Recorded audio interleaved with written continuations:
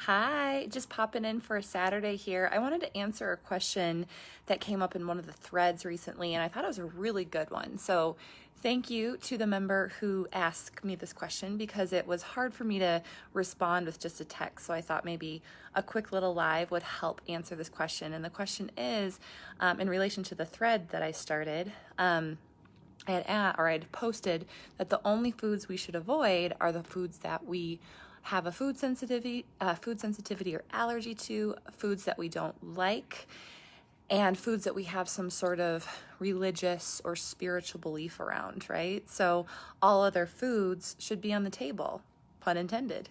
So I just wanted to talk about the question that was on the thread, and that was, well, even if I don't like a food, shouldn't I try to incorporate certain foods into my diet, like healthy foods?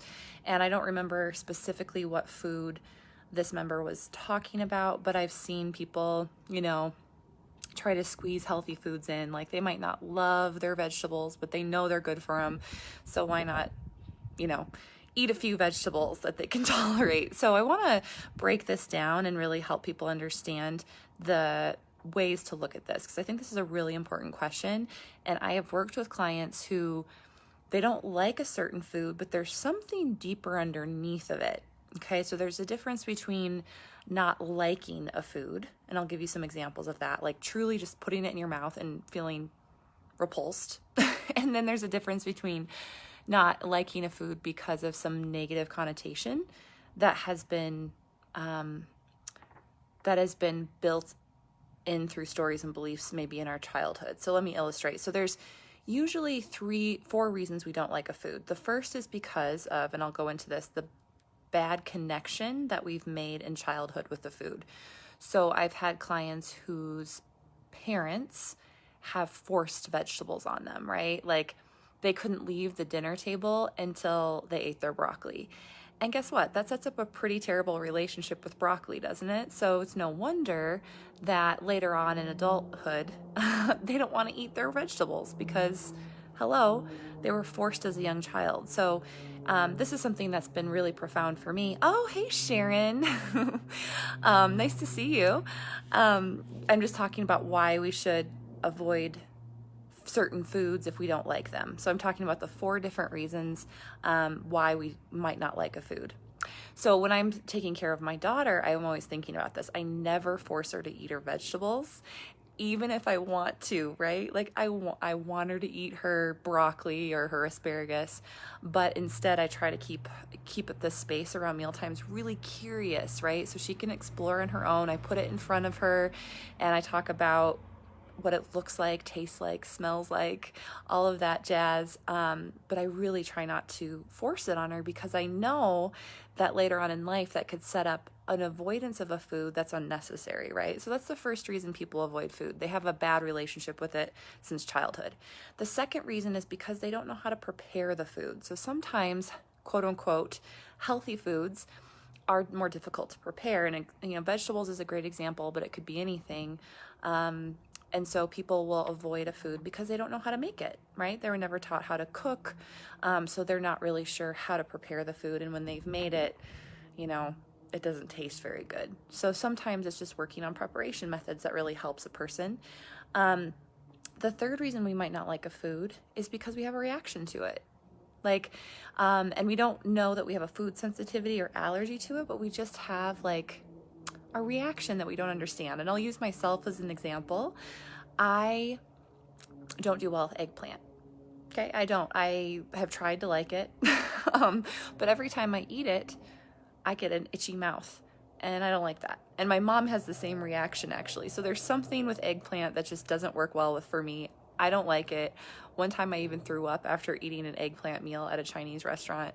So I just don't like eggplant, and that's okay. I just don't eat it. Sometimes I'll have eggplant parmesan if it's made for me, but usually I avoid eggplant.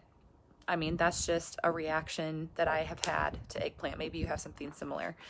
And then the last reason we might not eat food, even if it doesn't make our mouth itch, is just because we simply do not like it, right? We simply don't like it. It's okay not to like healthy foods. We live in such an abundant food supply, right? If we think about our ancestors, they barely got a lot of choice, right? They ate seasonally and they probably survived on a lot of potatoes during one season and a lot of game the next season. And so we're so fortunate that because of our food supply chain, we have access to a lot of different things. We have a lot of different foods. Hey, Anna, I see Anna just popped on. Sometimes I see people's name pop on and sometimes I don't. So if I didn't say hello to you, it's nothing personal. Yeah, so we have a really amazing amount of foods and the variety is awesome. Like we have so much variety. Oh, good, Sharon. I'm so glad you've been excited. I love mindful and intuitive eating. This is just my jam. So thanks for popping in and joining me today. So I talked about the 4 reasons why we might not like a food. It's the bad connection we made in childhood for one reason or another. We don't know how to prepare the food. So we've tried to make a quote unquote healthy food and we just don't like the way it tastes because we're not familiar with good preparation methods. Maybe we overcook something or undercook something. We have a reaction. So like my reaction to eggplant, my mouth itches, or I just don't like it. Okay, so then what do we do? And I took notes, that's why I'm looking down. How do we respond to this? So the first thing, especially with the first scenario, so we had a bad relationship with the food in childhood, is that we need to recognize the connection to this memory or emotion and really work through it and understand it. So starting to recognize, okay, I don't like vegetables, not because of any of those other reasons, but I remember when I was young and I couldn't leave the table until I ate my vegetables. And really like allowing yourself to process those emotions, really embodying them and allowing yourself to feel the emotion of that response in your body and move through. There's different ways to do this. I'm not going to go into length or detail, but it's really challenging what we learn, challenging our beliefs and our thought patterns in order to release it. And in that case, we oftentimes can release that negative relationship with the food from our childhood. So just keep that in mind. If you really dislike a food because you just dislike it, or do you dislike it because of some sort of negative relationship? Another example I've seen with adults I've worked with is that like they ate a lot of canned vegetables in their childhood, right? Because that was what was available. So they think they hate vegetables, but they just haven't tried different preparation methods. They haven't tried frozen or fresh. So it's again stepping into that space of curiosity and awareness when we try these foods that we maybe don't like, and allowing ourselves to have the experience, because you may find if you just didn't have a good access to a nice tasting green bean and they were always canned when you grew up, you might find that different preparation methods and styles could elicit some sort of appreciation for the food. But then also recognizing that even if you try a couple different preparation methods and you don't like it, that's still okay. You don't have to. I see people forcing foods into their diet that they don't like, and I feel like that's unnecessary. Again, because we have such variety in our we have such variety available to us that if we hate green beans, like so be it. You have a million other things you can eat that have the same nutrients and whatnot if you want to get to the nutrition science of it all. So, I think that's really important that we're honoring that. It also really sets us up for success when we're trying to make positive dietary changes for our health, is that we really honor those likes and dislikes and we capitalize on the things we like and we honor when we don't like something, but also recognizing if there is something underneath that disconnect to the food that we can work through as well. So playing around with preparation methods and styles can be fun. I always encourage people to let this be an enjoyable activity. Don't force or pressure yourself. This is for another live, but I always I encourage my clients to connect their morality with food, their morality is not connected. What am I trying to say? Sorry, I'm like losing my words here. But our morality is not in relationship to our food. So in other words, just because we don't like a particular food doesn't mean we're morally right or wrong. Okay. We're not, so many people start to associate their ability to eat a certain food or not eat a certain food with their morality. Does that make sense? I hope it does.